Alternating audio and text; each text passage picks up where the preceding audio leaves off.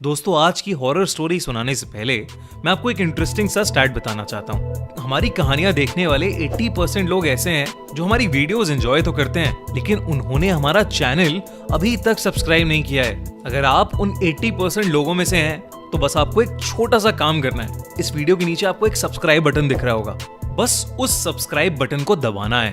बस इतना सा काम करना है आपको, और लगे हाथों बेल आइकन भी प्रेस कर देना, ताकि हमारी लेटेस्ट वीडियो आते ही आपको सबसे पहले पता चले।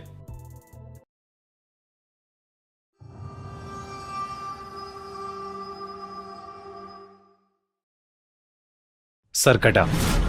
आपने सरकटा के बारे में कई कहानियां सुनी होंगी, मूवीज और टीवीज में देखा होगा, लेकिन इस वीडियो में हम आपके लिए बंगाल में घटी सरकटे की एक सच्ची कहानी लेकर आए हैं। दिवाकर बचपन से ही लखनऊ में पला बड़ा था और वो कई सालों बाद वापस अपने गांव जा रहा था, जो कि वेस्ट बंगाल और बांग्लादेश बॉर्डर के एक छोटे से कोने पर था। इससे पहले वो अपने गांव सिर्फ बचपन में गया था, लेकिन अपने पेरेंट्स के मरने के बाद अब उसके परिवार में सिर्फ उसकी नानी थी, जिन्हें वो अपने साथ लखनऊ ले जाने के लिए गांव आया था। वो गांव के पास पहुंच तो गया, लेकिन वहां की मेन सड़क बारिश की वजह से खराब हो गई थी। उसने देखा तो पास में ही एक साइन बोर्ड था, जो कि जंगल के रास्ते से उसके गांव की तरफ इशारा कर रहा था।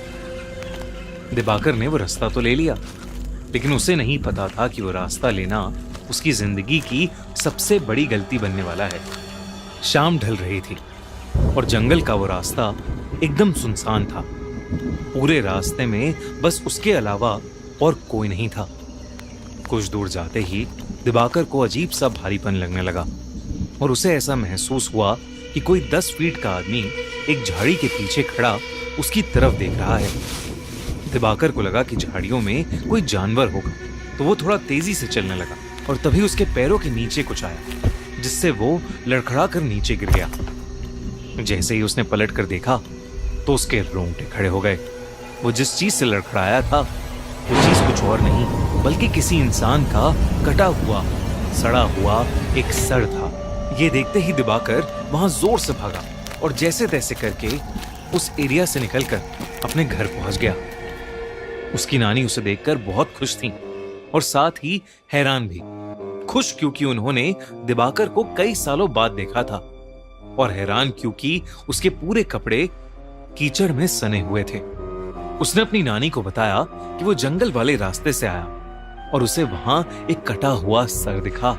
ये सुनते ही उसकी नानी का चेहरा एकदम सफेद पड़ गया। उन्होंने बताया कि वो जंगल का रास्ता गांव में कई सालों से सुनसान है, क्योंकि वहां स्कोंदो काटा यानी सरकटा रहता है। कहते हैं कि उनके गांव में एक लंबा चौड़ा पहलवान लड़का रहता था।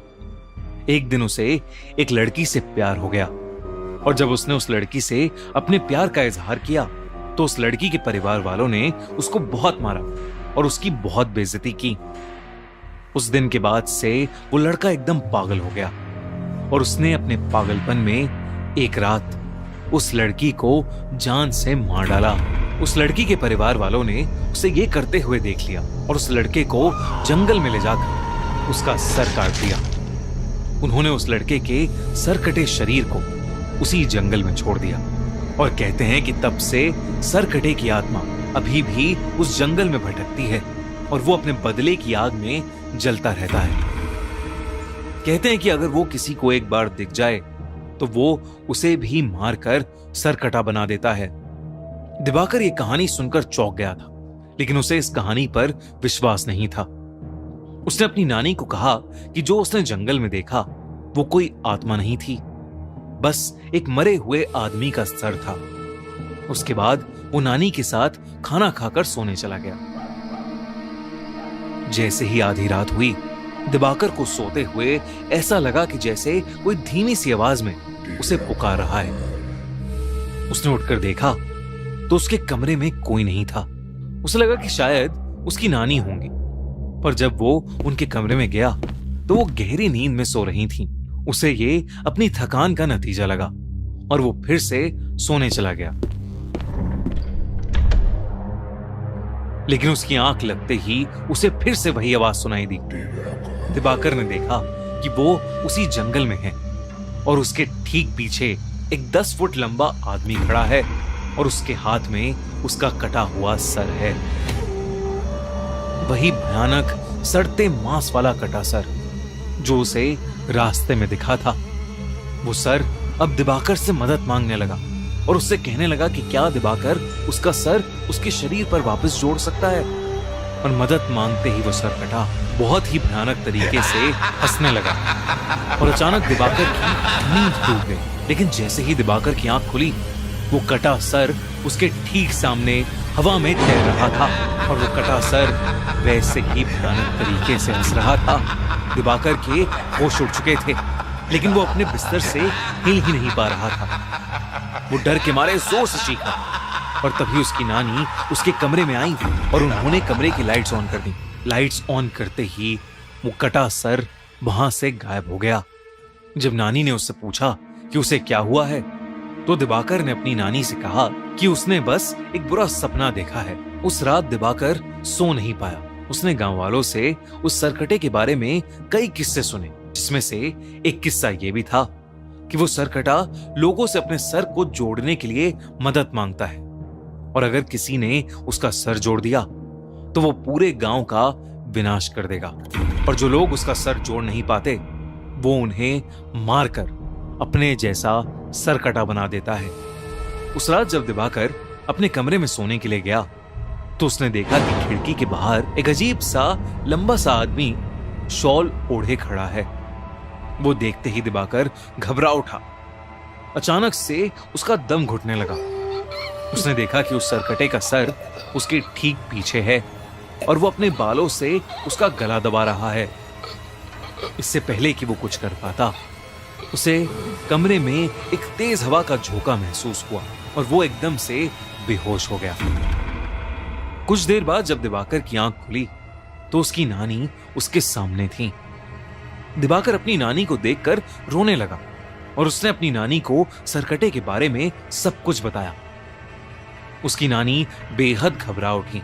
दोनों ने डिसाइड किया कि वो सुबह होते ही उस गांव को छोड़ देंगे। उसकी नानी दिवाकर के कमरे में उसके साथ ही लेट गई। लेकिन कुछ ही पलों में जब नानी की आंख खुली तो दिवाकर बेड पर नहीं था। उन्होंने पूरे घर में उसकी तलाश की, लेकिन वो कहीं नहीं मिला। दिवाकर की नानी बहुत ज्यादा घबरा गई क्योंकि उन्हें डर लगने लगा था कि कहीं वो सरकटा उसे ले तो नहीं गया।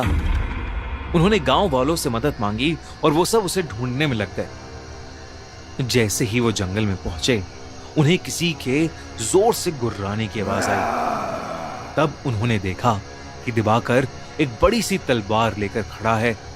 दिवाकर की आंखें सफेद हो चुकी हैं और वो गुस्से से गुर्रा रहा है, जैसे वो बिल्कुल पागल हो गया।